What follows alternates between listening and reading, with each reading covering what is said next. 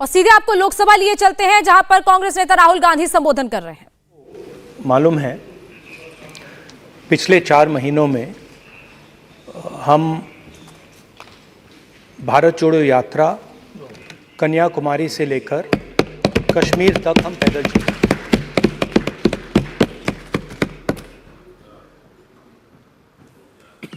तीन 3,600 किलोमीटर तकरीबन। और इस यात्रा पे बहुत कुछ सीखने को मिला। बस बस बस बस कोई बात। इस यात्रा में बहुत कुछ सीखने को मिला और जो जनता की आवाज़, हिंदुस्तान की आवाज़ है, उसको गहराई से सुनने का मौका मिला।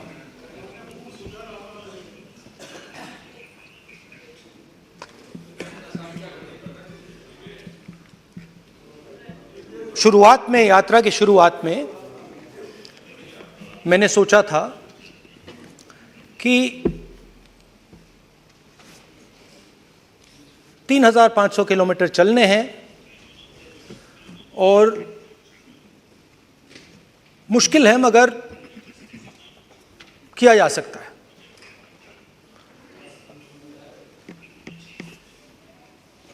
आप भी राजनेता हो, हम भी राजनेता हैं। हाँ, सेवक कह लीजिए। और नॉर्मली आजकल की राजनीति में जो हमारी पुराना ट्रेडिशन था पैदल चलने का, वो आजकल हम सब लोग, हम भी आप भी, उस ट्रेडिशन को शायद भूल गए या उसका हम पालन नहीं करते। मैं भी उसमें शामिल था, आप भी उसमें शामिल हैं। हम सब, कोई गाड़ी में जाता है, कोई हवाई जहाज में जाता है, कोई हेलीकॉप्टर में जाता है, मगर पैदल कम चलते हैं। ठीक है, ठीक है। और जब पैदल चला जाता है, हाँ पैदल जाएंगे, सब जगह पैदल जाएंगे, घबराइए मत। तो जब पैदल चला जाता है, मैं 1 किलोमीटर की बात नहीं कर रहा हूं, 10 की नहीं कर रहा हूं, 25 की नहीं कर रहा हूं, मैं 200-400 किलोमीटर की बात कर रहा हूं। जब 200-400 किलोमीटर चला जाता है तो शरीर पे दबाव पड़ता है, दर्द होता है, मुश्किल आती है। शुरुआत में चलते वक्त लोगों की आवाज सुन रहे थे हम, मगर हमारे दिल में यह भी था कि हम भी अपनी बात रखें। कोई हमारे पास आता था, कहता था कि मैं बेरोजगार हूं, और हमें लगता था कि नहीं, हमें कहना चाहिए कि तुम बेरोजगार क्यों हो, कारण क्या है। उसमें हम विपक्ष का रोल भी प्ले कर लेते थे, आपकी भी बुराई कर देते थे। नहीं, वो तो है, वो भी करेंगे, हम भी करेंगे। मगर थोड़ी देर चलने के बाद एक बदलाव आया, और जो हमारी आवाज थी, जो ये डिजायर था बोलने का कि भैया बेरोजगारी इसलिए है, महंगाई इसलिए है, वो बिल्कुल बंद हो गई। क्योंकि हमने इतने लोगों से बात की, मतलब हजारों लोगों से बात की, बच्चों से, बुजुर्गों से, महिलाओं से, माताओं से, बहनों से, कि थोड़ी देर बाद ये बिल्कुल आवाज बंद हो गई। और फिर हम गहराई से और मैं खुल के कह सकता हूं, मैंने तो अपनी जिंदगी में इस प्रकार से कभी पहले सुना ही नहीं था। क्योंकि हम सब में थोड़ा सा अहंकार होता है कि हम ही बता दें, अपनी बात रख दें।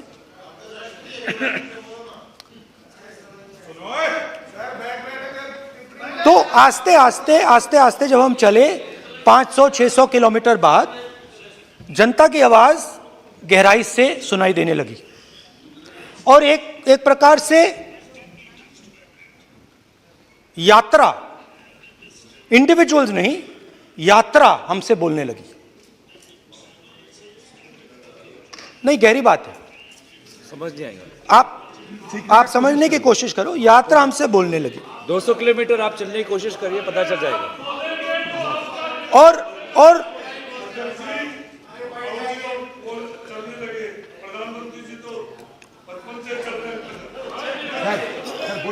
वो चाय बेचने इसलिए जाते थे। तो यात्रा बोलने लगी।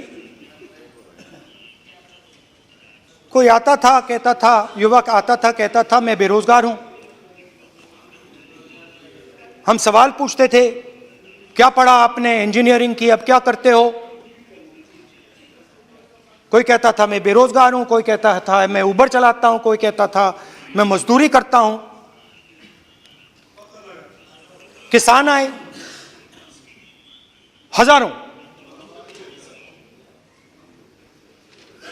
प्रधानमंत्री बीमा योजना की बात की कि हम पैसा भरते हैं, तूफान आता है, आंधी आती है, पैसा गायब हो जाता है।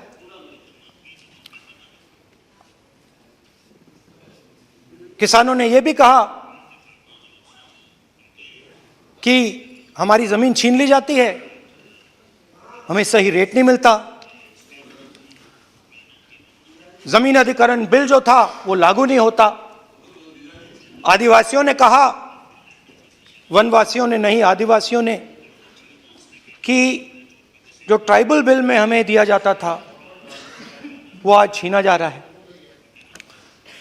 तो बहुत सारी चीजें हमको सुनने को मिली, मगर मेन थ्रस्ट, अगर मैं कहूं, मेन थ्रस्ट बेरोजगारी, महंगाई और किसान। उसमें एमएसपी थी, उसमें बीज की समस्या थी, किसान बिल की समस्या थी। अच्छा, अग्निवीर की भी बात की लोगों ने। आपने अभी बोला कि अग्निवीर देश को फायदा पहुंचाएगा, मगर हिंदुस्तान का युवा जो 4 बजे दौड़ता है, आर्मी में भर्ती होने के लिए दौड़ता है, वो आपकी बात से सहमत नहीं है। उनने हमसे कहा कि पहले हमें 15 साल की सर्विस मिलती थी, पेंशन मिलती थी, अब 4 साल के बाद हमें निकाल दिया जाएगा, कुछ नहीं मिलेगा, पेंशन नहीं मिलेगी।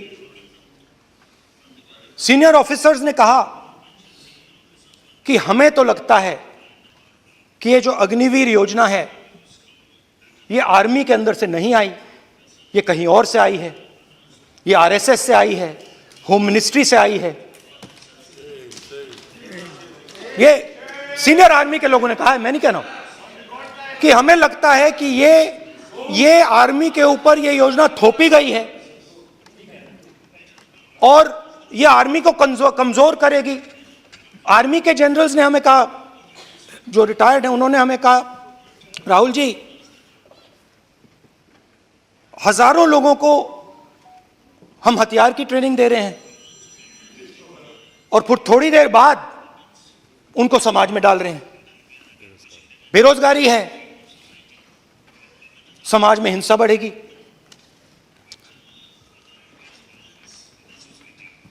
तो उनके मन में था कि ये जो अग्निवीर योजना जो है,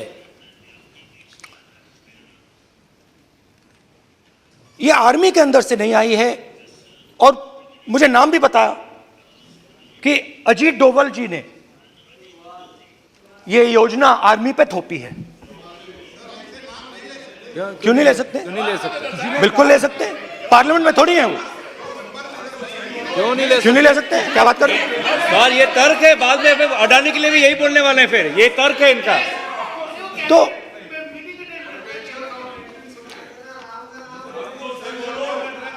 इंटरेस्टिंग बात यह है, इंटरेस्टिंग बात यह है कि मैंने फिर प्रेसिडेंट्स एड्रेस पढ़ा। देश के सब युवा अग्निवीर अग्निवीर अग्निवीर अग्निवीर बोल रहे हैं, कह रहे हैं कि ये आर्मी के ऊपर थोपा गया है, हमें नहीं चाहिए। आर्मी के लोग कह रहे हैं हमें नहीं चाहिए।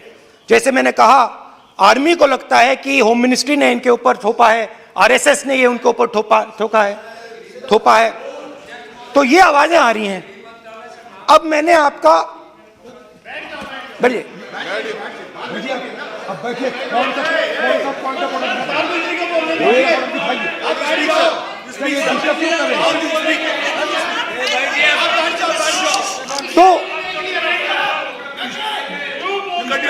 तो एक फर्क, मैं थोड़ा पानी ले आऊं, मैंने पानी, तो मुझे एक फर्क दिखा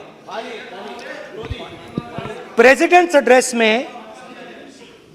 एड्रेस में बहुत सारी चीजें बोली गई। अग्निवीर के लिए एक लाइन थी, एक शब्द, एक बार अग्निवीर शब्द का प्रयोग किया गया, और वो भी अग्निवीर योजना हमने दी, उससे ज्यादा कुछ नहीं बोला। कहां से आई, कौन लाया, किसको फायदा होगा, ये नहीं बोला।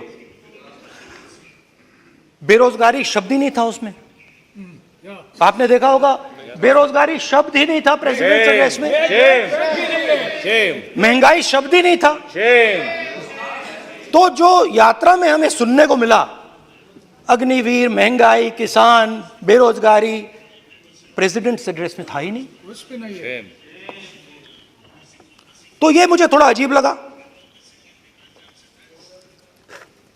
कि जनता कुछ कह रही है और प्रेसिडेंट्स एड्रेस में कुछ और सुनाई दे रहा है। एक नाम सब जगह हमें सुनने को मिला, अदानी। यह नाम पूरे हिंदुस्तान में, केरल में, तमिलनाडु में, महाराष्ट्र, कर्नाटका, हिमाचल, कश्मीर, सब जगह अदानी अदानी अदानी अदानी अदानी।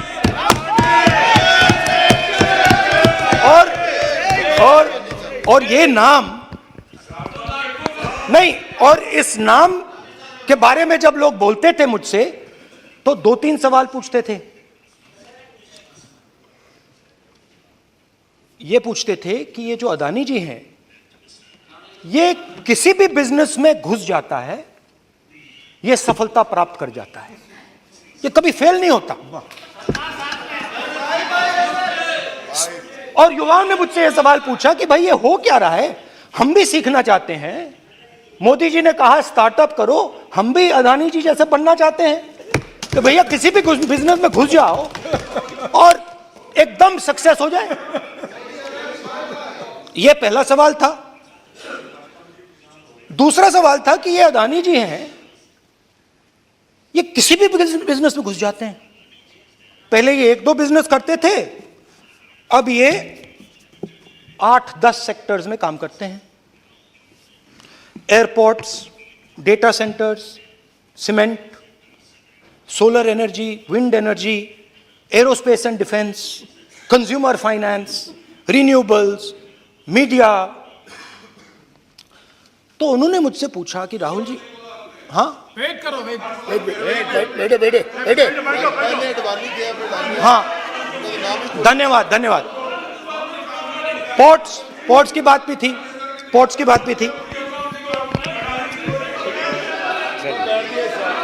ये भी सवाल पूछा, कि भैया एक बात बताइए, राहुल जी बताइए हमें कि अदानी जी का जो नेटवर्थ है वो 3 साल के अंदर, नहीं सॉरी, 2014 से लेकर 2022 तक ये $8 बिलियन से $140 बिलियन कैसे हो गया? कैसे हुआ? मोदी है कैसे? मोदी है तो मुमकिन। ये 2014 में ये 2014 में, अगर आप दुनिया की, मुस्कुरा रहे हैं आप, बीजेपी में है ना आप, तो ये लिस्ट आती है, एक लिस्ट आती है दुनिया के सबसे अमीर लोगों की।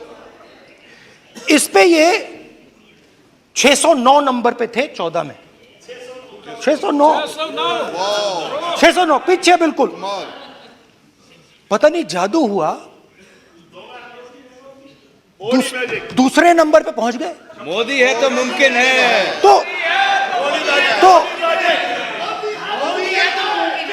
तो मुझसे पूछा यार, बहुत सारे लोगों ने पूछा कि भैया राहुल जी बताइए, हिमाचल में सेब की बात होती है, अदानी जी। कश्मीर में सेब की बात होती है, अदानी जी। पोर्ट्स की बात होती है, अदानी जी। एयरपोर्ट्स की बात होती है, अदानी जी। इंफ्रास्ट्रक्चर, अच्छा हम सड़क पे चल रहे हैं, मैं पूछूं किसने बनाई, अदानी जी। तो लोगों ने यह भी पूछा कि राहुल जी, ये जो अदानी जी जो हैं, इनकी सफलता कैसे हुई, ये इतने बिजनेसेस में कैसे घुस गए, इतनी सफलता कैसे प्राप्त हुई, और सबसे जरूरी सवाल, इनका हिंदुस्तान के प्रधानमंत्री के साथ क्या रिश्ता है और कैसा रिश्ता है, देश जानना चाहता है। तो देश जानना चाहता है। ये देखिए रिश्ता, ये देख लीजिए। प्लीज पोस्टर, माननीय सदस्य, पब्लिक में सर, माननीय सदस्य पोस्टर नहीं, प्लीज पोस्टर नहीं, पोस्टर नहीं है सर। देखिए आप पोस्ट, बैठिए एक मिनट बैठिए। आप पोस्टरबाजी करेंगे तो इधर कहेंगे राजस्थान के मुख्यमंत्री का पोस्टर चिपकाएंगे। पोस्टरबाजी के लिए सदन नहीं है। आप बात करें, पोस्टरबाजी नहीं। स्पीकर सर, आप वरिष्ठ सदस्य हैं, स्पीकर सर, तो पोस्टरबाजी उचित नहीं है। स्पीकर सर, पोस्टरबाजी उचित नहीं है, प्लीज। राजस्थान के मुख्यमंत्री, ये सच्चाई है। This picture was came into the media. चलिए, पोस्टर नहीं, प्लीज। वो लिख दे दो मुझे। हाँ, आ गया। Just write it neatly.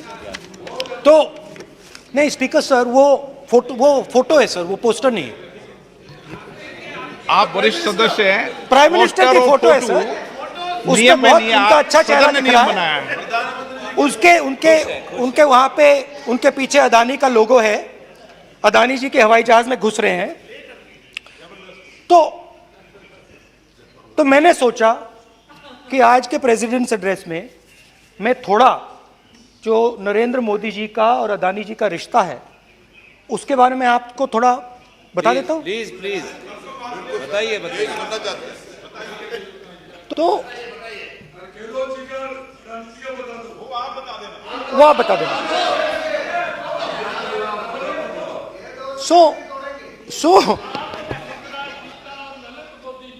So the relationship begins many years ago when Narendra Modi ji was the Chief Minister of Gujarat. And when most of India's business was asking questions of the Prime Minister, was against the Prime Minister, one man stood shoulder to shoulder with the Prime Minister. He didn't back down. That's commendable. It's not a joke. He was loyal to the Prime Minister. And what did he do? He helped Mr. Modi construct the idea of resurgent Gujarat. Right? The idea that you bring these businessmen together, and you call it resurgent Gujarat, vibrant Gujarat, they're both. And he was the backbone in setting up that group of people. Okay? And the result of that was tremendous growth of his businesses in Gujarat. expansion of his businesses. I think then the real magic starts. जब प्रधानमंत्री जी दिल्ली आते हैं और 2014 में असली जादू शुरू होता है। मैंने कहा कि 2014 में वो 609 नंबर पे थे, कुछ ही सालों में वो दूसरे नंबर पे पहुंच गए। कैसे पहुंचे? मैं आपको, बहुत सारी इंडस्ट्रीज में काम करते हैं, मैं आपको 2-3 इंडस्ट्रीज का उदाहरण दे देता हूं। एयरपोर्ट इंडस्ट्री की बात, एयरपोर्ट्स की बात करते हैं।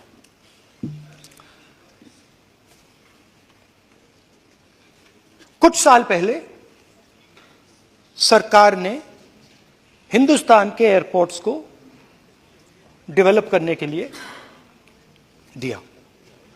नियम था, there was a rule that anybody who does not have prior experience in airports cannot be involved in development of these airports.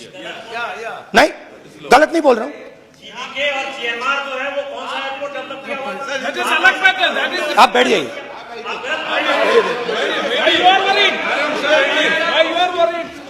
Adani के डिफेंस में आ गए सर। देखो ये, अरे माननीय सदस्य प्लीज मेरी बात सुनो। तो 1 मिनट मेरी बात सुनो। ये 1 मिनट बात सुनेंगे। ये संसद है, अपन किस दिशा पर चर्चा कर रहे हैं ये देश देख रहा है। हमें राष्ट्रपति अभिभाषण पर चर्चा करें तो उचित रहे, बाकी आपकी इच्छा है, स्वतंत्र अभिव्यक्ति है। मेरा मानना ये है तो अपन एक विषय पर ओके, तो आपको तो रूल था, नियम था। हाँ,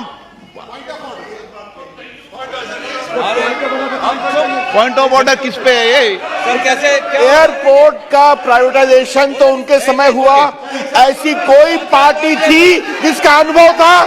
ये कौन सी बात कर रहे हैं? बोलिए।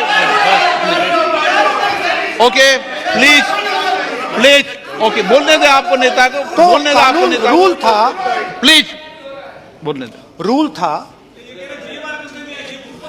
था कि अगर कोई एयरपोर्ट बिजनेस में नहीं था तो वो इन एयरपोर्ट्स को ले नहीं सकता था। इस रूल को हिंदुस्तान की सरकार ने बदला। किसी ने भी बनाया हो, रूल था। किसी ने भी बनाया हो, रूल था। रूल बनाया किसने बात नहीं है, रूल बदला किसने बात है। रूल बदला गया और किसके लिए?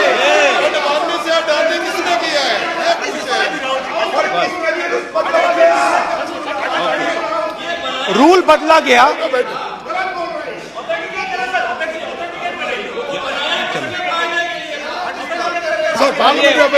चलता रहेगा क्या सर?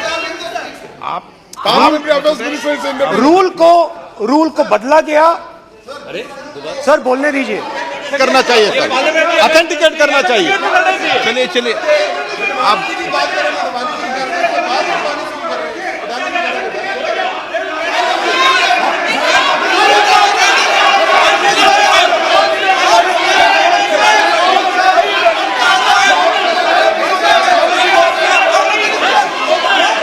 रूल बदला गया सर, स्पीकर सर।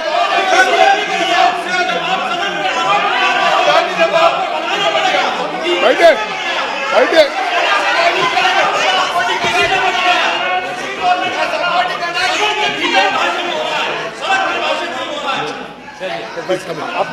तो ये रूल बदला गया।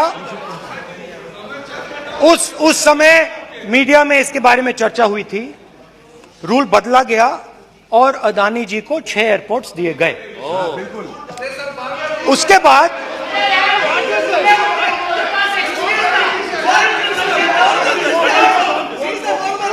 after that India's most strategic profitable airport Mumbai airport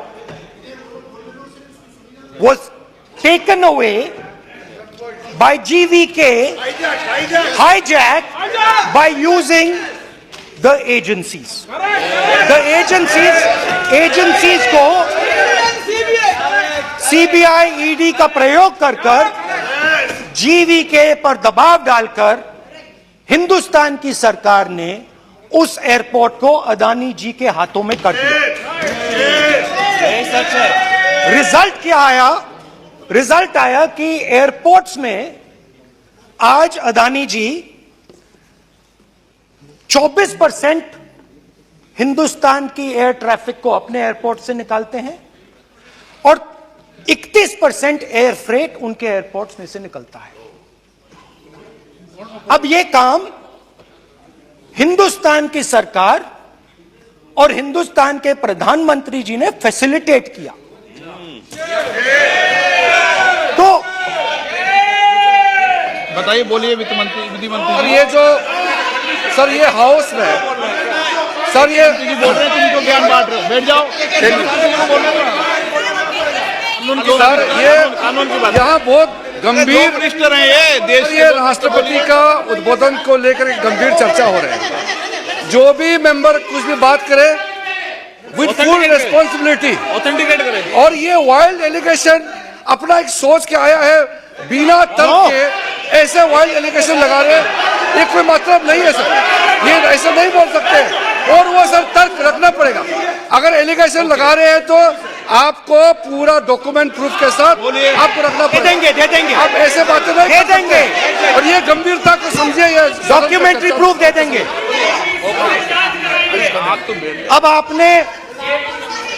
अब आपने जो पिछले स्पीकर थे उन्होंने फॉरेन पॉलिसी की बात की, हम भी फॉरेन पॉलिसी की बात करते हैं। चलिए डिफेंस से शुरू करते हैं। बहुत ऑप्शंस है, आप बताइए कहां से शुरू करें। बिजली, डिफेंस, बहुत ऑप्शंस है। Defence, let us start with defence. अब डिफेंस में अदानी जी का कोई एक्सपीरियंस नहीं था, जीरो एक्सपीरियंस। कल मैंने प्रधानमंत्री को HAL में देखा। प्रधानमंत्री जी ने कहा कि गलत आरोप लगाया, मगर रियलिटी तो यह है कि HAL का जो कॉन्ट्रैक्ट था 126 हवाई जहाजों का, वो अनिल अंबानी को चला गया और अनिल अंबानी बैंकरप्ट हो गया। वहां भी फैसिलिटेशन था। अब देखिए, और ये जो फ्यूचर एंटरप्रेन्योर्स हैं, जो बिजनेस स्कूल हैं, हार्वर्ड यूनिवर्सिटी जैसे स्कूल हैं, इनको इसका केस स्टडी, इसकी केस स्टडी बनानी चाहिए, शायद बने। How to use government power to build individual businesses, case study.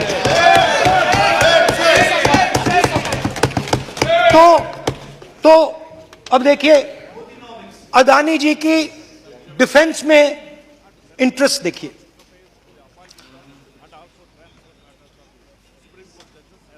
Elbit company के साथ हिंदुस्तान में अदानी जी ड्रोन्स बनाते हैं। ड्रोन्स को हिंदुस्तान की एयरफोर्स, आर्मी, नेवी के लिए रीफिट करते हैं। अदानी जी ने यह काम कभी नहीं किया है पहले। HAL यह काम करती है। हिंदुस्तान में और भी कंपनीज हैं जो ये काम करती हैं, मगर प्रधानमंत्री जी इजराइल जाते हैं और उसके एकदम बाद अदानी जी को ये कॉन्ट्रैक्ट मिल जाता है। मगर एक नहीं मिलता।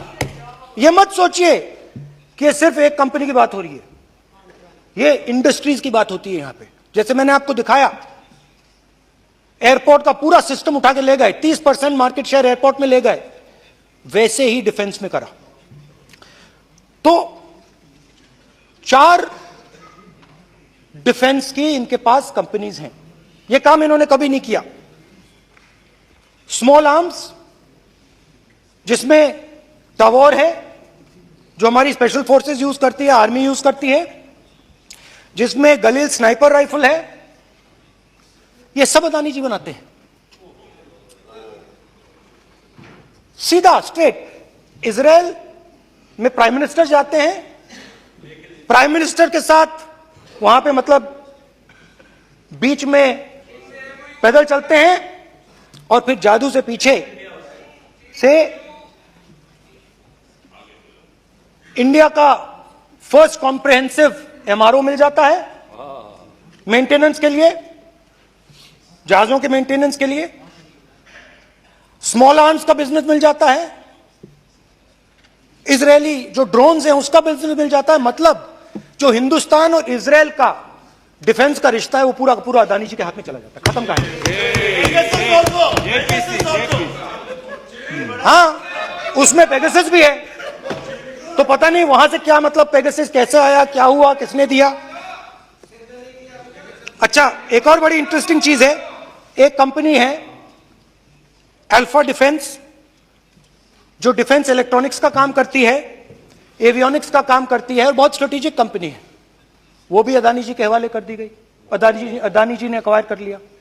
तो आपने देखा कि एयरपोर्ट्स का बिजनेस 30% मार्केट शेयर, हिंदुस्तान और इजराइल का जो वेपन्स का बिजनेस है 90% उठा के ले गए। एक विजिट फॉरेन पॉलिसी, ये है फॉरेन पॉलिसी। चलिए, अब मैंने आपको इजराइल की बात बताई, ऑस्ट्रेलिया चलते हैं। कोयला ऑस्ट्रेलिया चलिए। ऑस्ट्रेलिया में अदानी जी जाके, नहीं क्यों, आप तो डिबेट करना चाहते थे, आप भी तो डिबेट करना चाहते थे। आपने बोला था कोई भी विषय पे डिबेट हो तो हो गया डिबेट। अब क्यों डर रहे हो डिबेट से? अब क्यों डर रहे हो डिबेट से? क्यों डर रहे हो? जब हमने जेपीसी की मांग की आपने बोला सदन में उठाओ, अब क्यों डर रहे हो? अब क्यों डर रहे हो? अब क्यों डर रहे हो? आप चर्चा से क्यों डर रहे हो? चर्चा से डर रहे हो आप? बैठे बैठे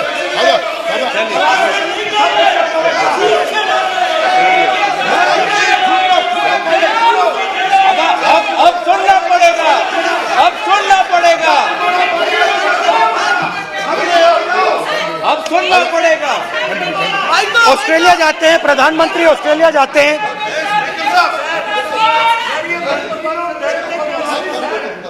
प्रधानमंत्री ऑस्ट्रेलिया जाते हैं। He's not yielding.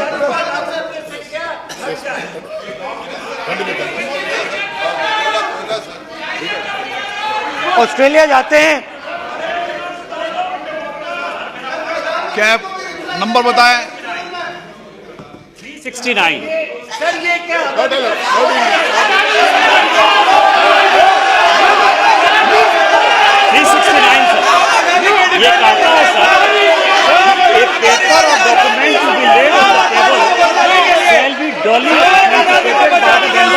देखिए पूरा सरकार उन्होंने सर, मैं इनको चैलेंज करता हूं कि जीएमआर और जीवीके उसको कब एयरपोर्ट का जो है संचालन का अधिकार था और कौन सा रूल है वो कोर्ट करे सर। किस रोल के आधार पर ये इनको मैं चैलेंज करता हूं, पूरी कांग्रेस पार्टी को चैलेंज करता हूं कि जीएमआर और जीवीके को कौन सा एयरपोर्ट चलाने का लाइसेंस जब दिया तो उनको उसका नॉलेज था। मैं चैलेंज करता हूं पूरी कांग्रेस पार्टी जब इन्होंने बिरला को बनाने का दिया, डालमिया को बनाने का दिया, टाटा को बनाने का दिया लाइसेंस, उस वक्त उनको कौन सा मोटर चलाने का अधिकार था सर? ये गलत बयानी कर रहे हैं। मेरा ये कहना है कि आप एलिगेशन प्रधानमंत्री के ऊपर लगा रहे हैं, आप पेपर दीजिए और कौन सा रूल भारत सरकार ने चेंज किया एयरपोर्ट में अडानी के लिए वो ऑथेंटिकेट कीजिए, नहीं तो इस तरह की बात नहीं कर सकते हैं।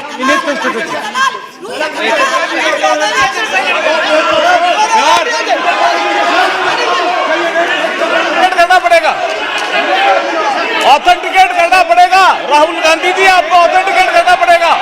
आप ऐसा नहीं बोल सकते हवा में, आप हवा में बोल रहे हो और प्रधानमंत्री जी पर आरोप लगा रहे हो। आपको ऑथेंटिकेट करना ही पड़ेगा। आप ऐसे ही बोल रहे हो कि जीएमआर का जीवीके के समय रूल हाँ कहा था रूल, कोई रूल नहीं था। आपको यू हैव टू ऑथेंटिकेट, और ऑथेंटिकेट करके ही रखना पड़ेगा आपको। पहले रखिए और उसके बाद आगे बात करने देंगे, नहीं तो माफी मांगिए देश से। आप प्रधानमंत्री जी पे आरोप लगा रहे हैं, सर बोलने दीजिए।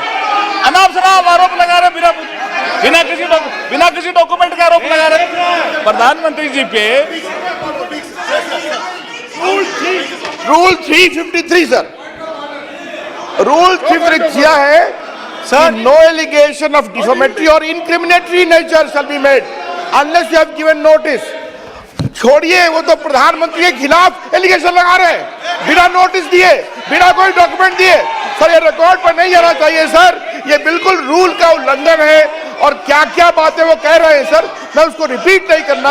Reckless allegation, baseless allegation in violation of rules, sir ये स्वीकार नहीं होना चाहिए। ओके सर, लेट अस एक सब बैठिए, ऑस्ट्रेलिया पीएम जाते प्लीज हैं। बैठिए, आप प्लीज बैठिए, वरिष्ठ वकील साहब बैठिए। ऑस्ट्रेलिया जाते हैं। एक मिनट राहुल जी, एक मिनट। नियम 369 भी मैंने देखा है, 353 भी देखा है। मेरा आग्रह है, सदन भारत की संसद है, हम एक ही विषय पर सारी राष्ट्रपति की चर्चा लगाएं, ये उचित है क्या? फिर आपको बोलना बोले नहीं स्पीकर नो, साहब। गलत तरीका है राहुल गांधी जी, आप बोल नहीं, गलत तरीका है।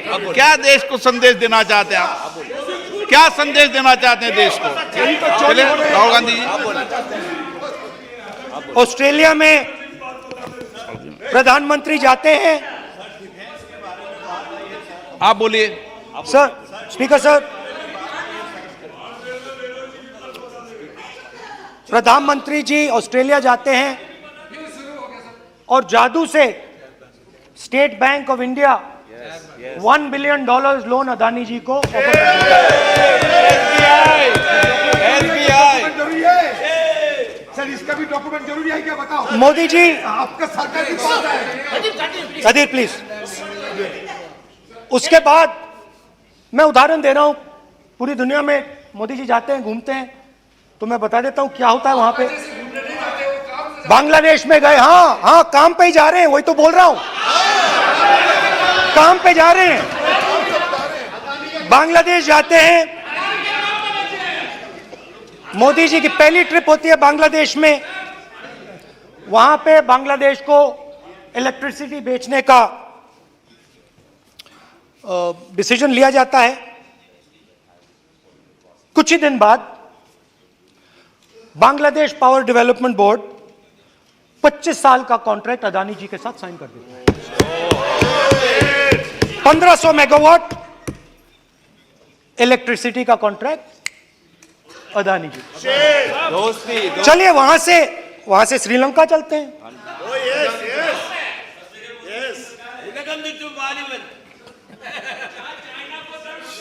जून 2022 में chairman of Sri Lanka Ceylon electricity board MMC Fernando informed a parliamentary committee in Sri Lanka in open hearing that he was told by President Rajapaksa that PM Modi pressured him to give the wind power project directly to Mr. Adani.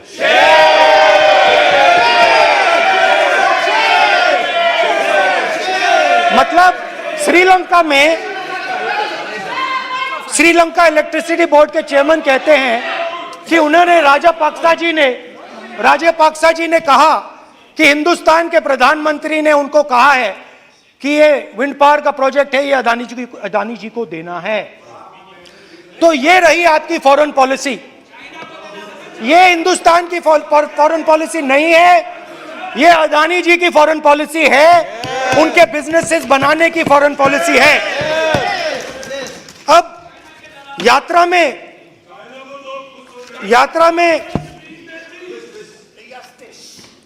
में मुझसे 2-3 और सवाल पूछे गए। यात्रा में लोगों ने मुझसे पूछा, राहुल जी ये जो LIC कंपनी है, इसका पैसा अदानी जी की मदद करने के लिए क्यों डाला जा रहा है? उन्होंने यह भी पूछा कि अदानी जी के जो शेयर्स हैं बड़े वोलेटाइल हैं, उसमें LIC का पैसा क्यों डाला जा रहा है?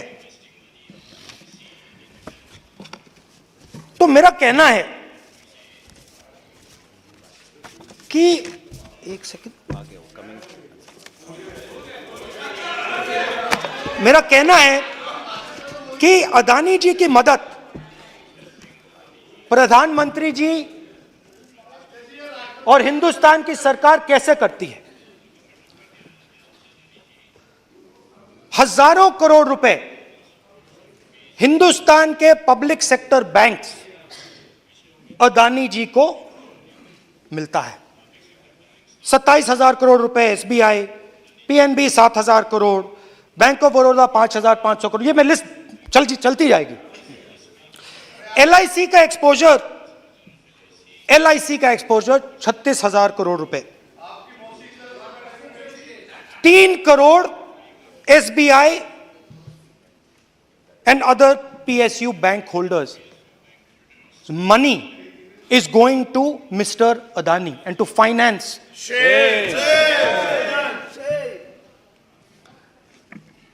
Now, of course, there is another question. तो मदद कैसे हो रही है? हिंदुस्तान के पब्लिक सेक्टर बैंक्स का पैसा, LIC का पैसा नरेंद्र मोदी जी, अदानी जी को दिया जा रहा है। अगर कोई सामने खड़ा हो जाता है, जैसे जीवी के लोग खड़े हुए, ED, CBI एजेंसीज आ जाती हैं, उनको परे कर देती हैं। तेलंगाना में भी एक पोर्ट का उदाहरण था, आंध्रा, सॉरी। मगर मेन सवाल और सबसे इंटरेस्टिंग सवाल दूसरा है। कुछ दिन पहले ये हिंडनबर्ग रिपोर्ट आई,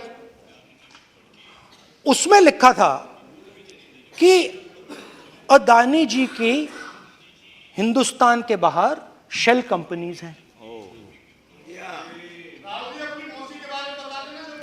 ये जो शेल कंपनीज हैं, सबसे पहला सवाल है, ये हैं किसकी? ये किसकी है मॉरिशस में जो शेल कंपनीज हैं?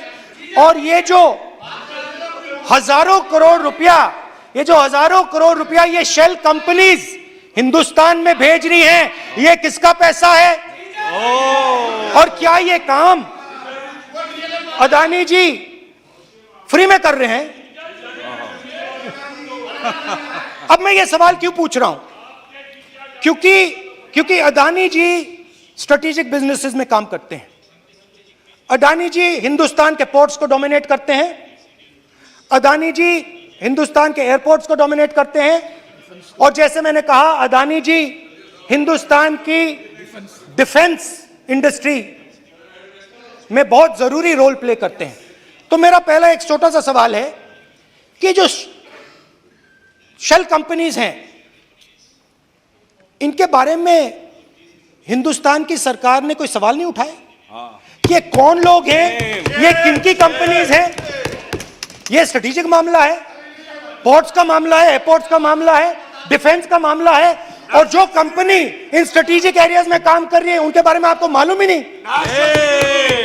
ये नेशनल सिक्योरिटी का मुद्दा है, आपको मालूम ही नहीं कि ये शेल कंपनीज किसकी हैं, कितना पैसा आ रहा है, किसका पैसा आ रहा है।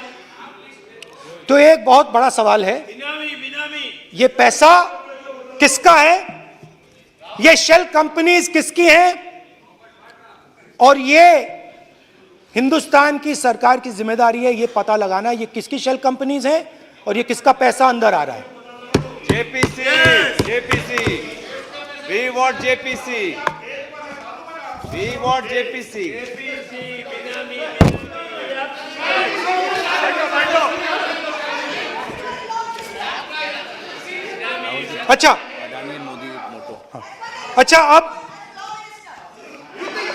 अच्छा अब चलिए छोटा सा बजट के बारे में बता देता हूं। 2022 में अदानी जी अनाउंस करते हैं कि वो $50 बिलियन इन्वेस्ट करेंगे to build the world's largest green hydrogen ecosystem. और इस बजट में बीजेपी की सरकार निर्मला सीतारमण जी कहती हैं हम ग्रीन हाइड्रोजन के लिए बहुत ह्यूज इंसेंटिव्स देंगे। 19,700 करोड़ रुपए हम ग्रीन हाइड्रोजन के लिए देंगे, मतलब अदानी जी को देंगे। जुगलबंदी बजट में अदानी जी के लिए 50 नए airport, coastal shipping, horticulture, grain storage, ये सब काम आप कर रहे हैं। तो मेरे सिर्फ कल प्रधानमंत्री जी आज कल भाषण देंगे, मेरे उनसे 2-3 छोटे से सवाल हैं। मेरा प्रधानमंत्री जी से 2-3 सवाल हैं।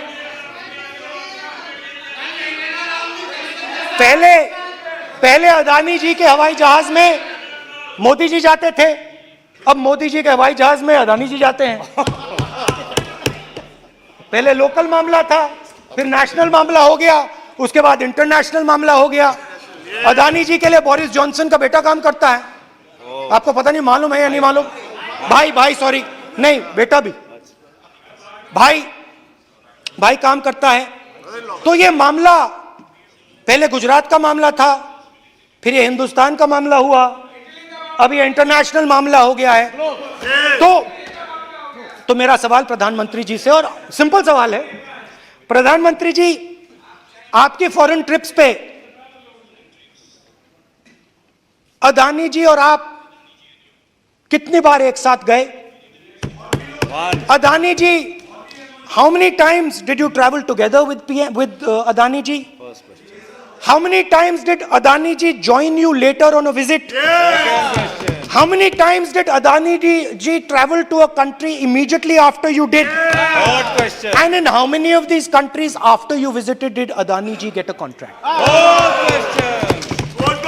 Also an important question, जरूरी सवाल, अदानी जी ने बीजेपी को पिछले 20 साल में कितने पैसे दिए हैं?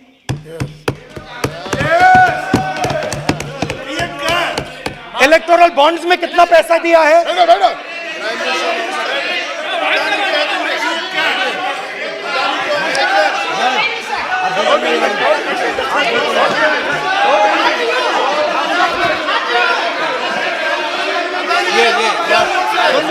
And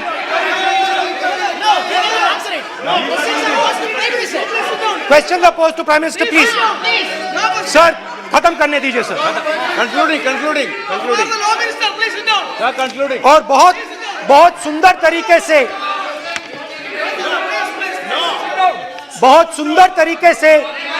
वो चलिए क्या हो रहा है और मैं सिर्फ इतना कहना चाहता हूं, राहुल जी अभी आप सीनियर एमपी हो गए हैं, आप एक सीनियर एमपी हो चुके हैं।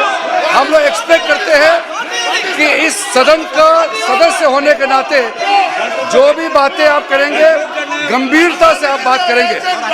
बाहर आप जो भी भाषण देते हैं हम लोग उसको रोक नहीं सकते हैं। इस सदन के अंदर में जो भी बात कही जाती है पूरा गंभीरता के साथ, प्रमाण के साथ कहे जाना चाहिए, ये परंपरा है। और राहुल जी ने कहा कि प्रधानमंत्री विदेश घूमने जाते हैं,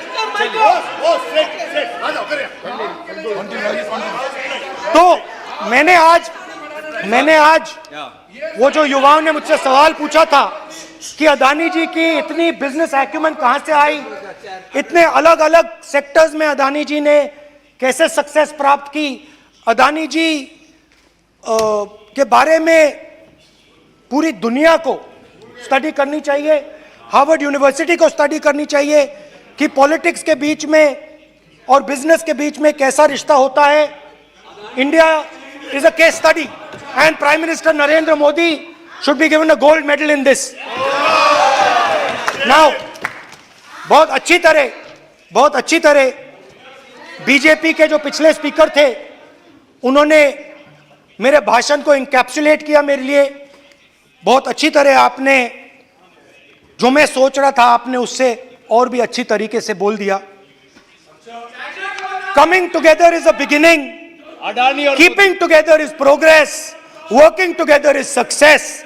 Adani ji and Narendra Modi ji, thank you.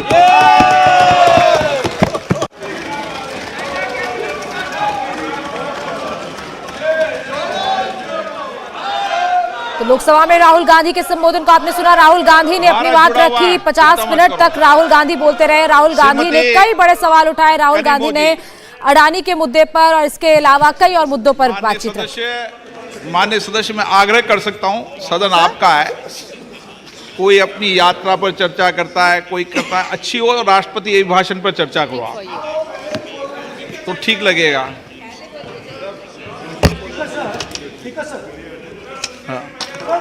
ये एक बात पे चर्चा नहीं हुई है, ये अलग अलग इंडस्ट्रीज पे, अलग अलग बिजनेसेस पे और इंटरनेशनल अफेयर्स पे डिस्कशन हुआ है।